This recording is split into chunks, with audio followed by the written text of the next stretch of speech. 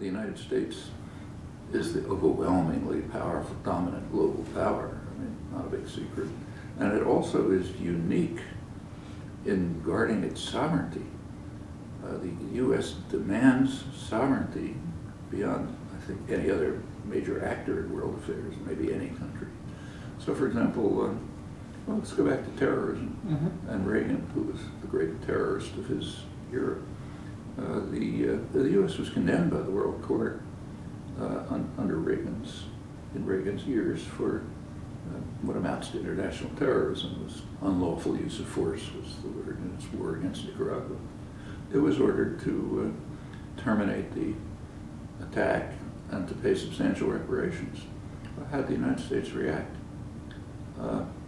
The press dismissed the court as what it called a hostile forum.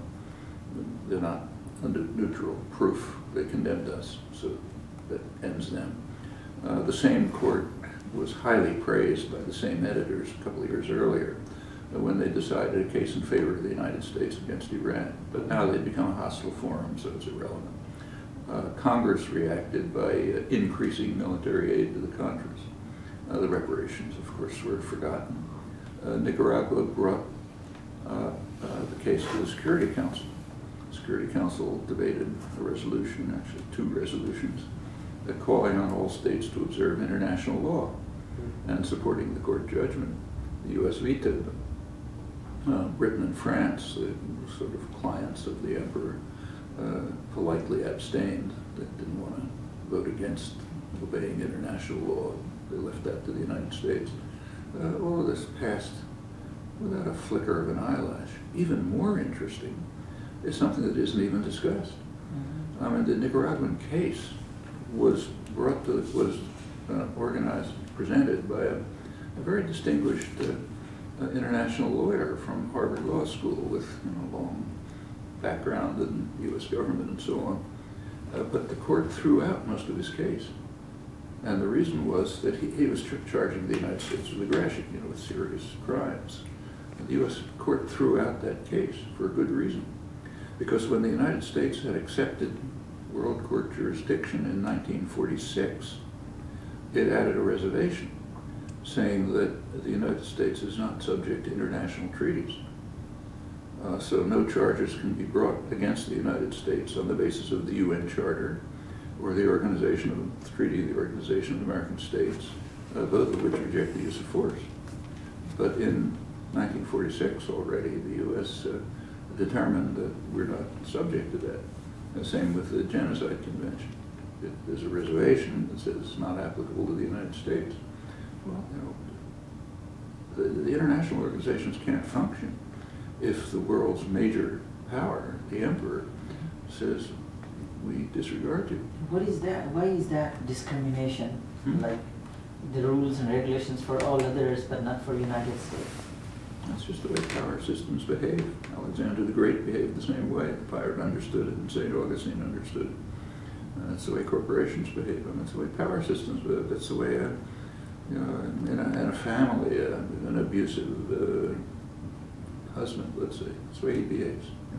So does that mean we are still in pre-civilized age of human? We're no way civilized? Partially civilized. I mean, there have been improvements over the years. So, I don't want to say there's no progress. There's considerable progress.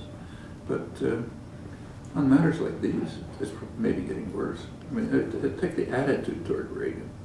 I mean, Reagan was a major killer.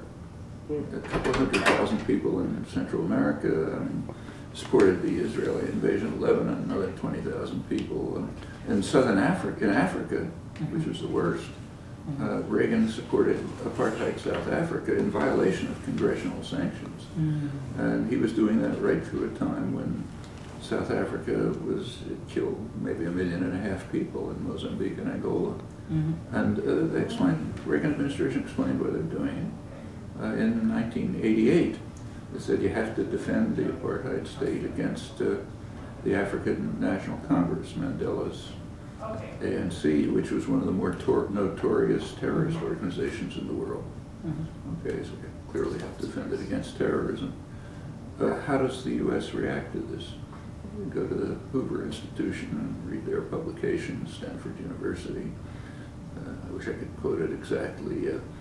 Reagan is a colossal figure, a warm and friendly spirit who hovers over us, protecting us. Kind of like Kim Il-sung, you know. Okay, that's the reaction in the most respected places. Well, is that civilized? I was just watching an interview of yours about Pakistani. Put him off twice.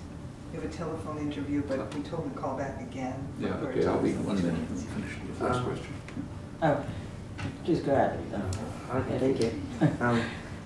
One question that really I wonder about is that 9/11, going back to 9/11, we get the reason that why Islamic extremists attacked the United States was the reason that, you know, they were angry because American soldiers were on holy soil or a holy land. Is this really the reason behind it, or is there more to it? That's what the Pentagon said. Paul Wolfowitz, Undersecretary of State, shortly after said, well, we're going to move our military forces from Saudi Arabia to Iraq, is what they hoped. Didn't work out exactly.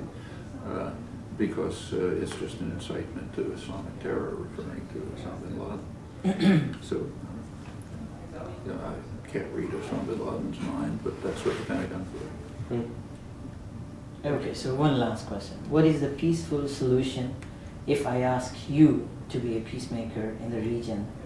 And what is your... For which problem? For Palestine-Israel conflict. It's very well... What is your sincere advice for Muslim youth to bring a good name for their nation as a peaceful stakeholders in the global politics? Everyone knows what the solution is.